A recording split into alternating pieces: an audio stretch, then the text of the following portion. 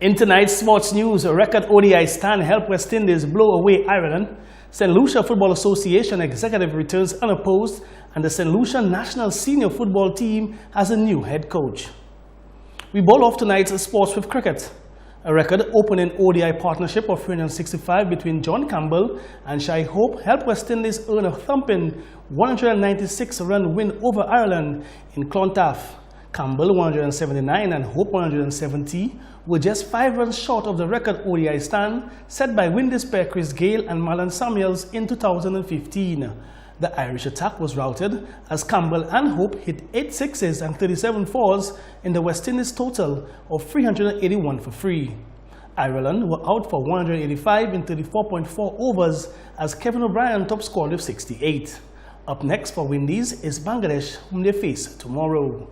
Domestic football now, following the staging of its very successful 32nd Congress at the Bay Garden Hotel on Saturday, 4th May 2019, the St. Lucia Football Association Inc.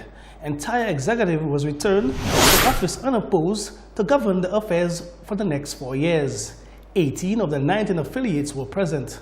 Following the process, it was confirmed the election of the new executive, all of whom were returned unopposed.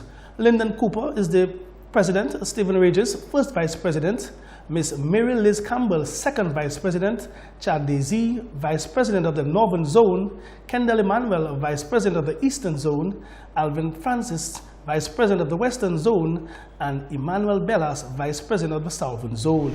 In more domestic football news, Jamal Shabazz has been appointed head coach of the senior national male team. He replaces Francis Panko McDonald, who managed St. Lucia during the Windward Islands Senior Football Tournament and the early stages of the Nations League. Shabazz coaches home team Guyana, Trinidad and Tobago, and also managed club team Caledonia. Jamal has also had stints with the Trinidad and Tobago female team and has had a history of recruiting some of St. Lucia's best for club teams.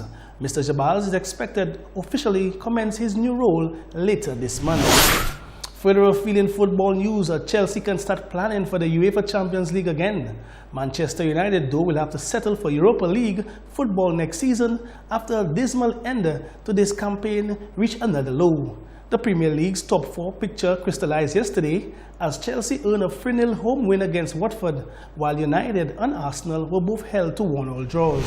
In more English football, Liverpool forwards Mohamed Salah and Roberto Firmino will miss Tuesday's Champions League semi-final second leg with Barcelona through injury. Salah left the pitch on a stretcher after an aerial collision with Newcastle keeper Martin Dubravka during Saturday's 3-2 win. Manager Jurgen Klopp says concussion will keep Salah out as Liverpool look to overhaul a 3-0 deficit at Anfield.